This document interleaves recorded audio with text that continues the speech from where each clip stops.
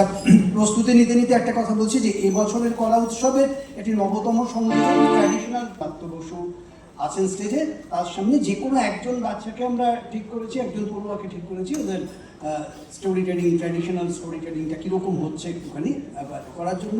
বয়োজ্যেষ্ঠাদের আমার প্রণাম ও শ্রদ্ধা জানিয়ে আমি নরহরি দাস উপেন্দ্র কিশোর রায়চৌধুরীর লেখা বন আছে, আর বনের ধারে মস্ত পাহাড় আছে।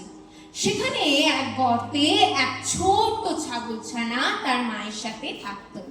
সে তখনও বড় হয়নি, তাই গর্তের বাইরে যেতে পেত না।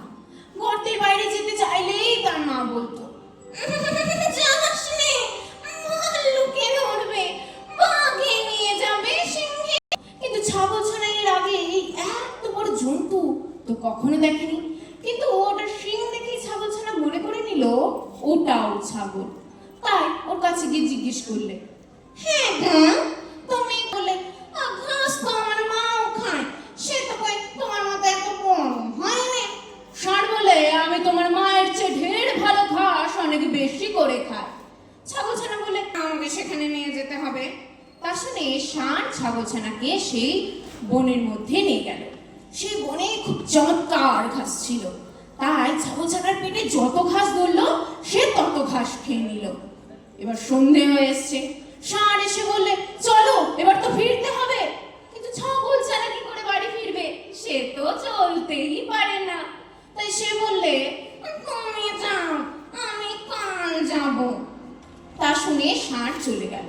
ছাগলছানা একটা গর্ত দেখতে পেয়ে তার ভিতরে ঢুকে রইল। গর্তটা ছিল এক শেয়ালের।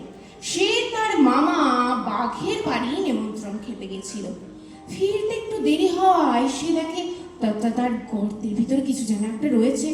ছাগলছানা কালো ছিল আর রাত হয়ে এসেছিল। শেয়াল বুঝতে পারে না তার গর্তের ভিতরে ছাগলছানা আছে।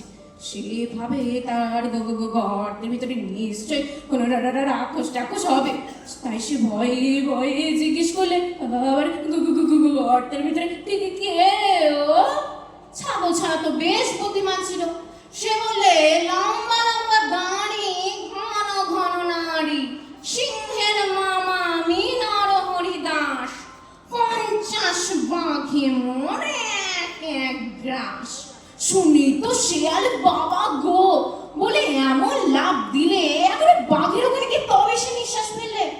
বাঘ তো তাকে দেখে আশ্চর্য হয়ে জিজ্ঞেস করলে, কি ভাবলে এই গেলে আর এত ব্যস্ত হয়ে ফিরলে যে?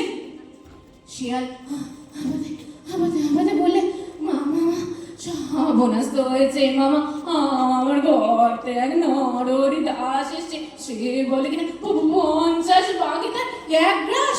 শুনেই তো বাঘ ভয়ানক রেগে বললেন, তার এত বড় আস্পর্ধা, চলো তো ভাগলে দেখাবো কত 50 বাঘে তার এক গ্রাস।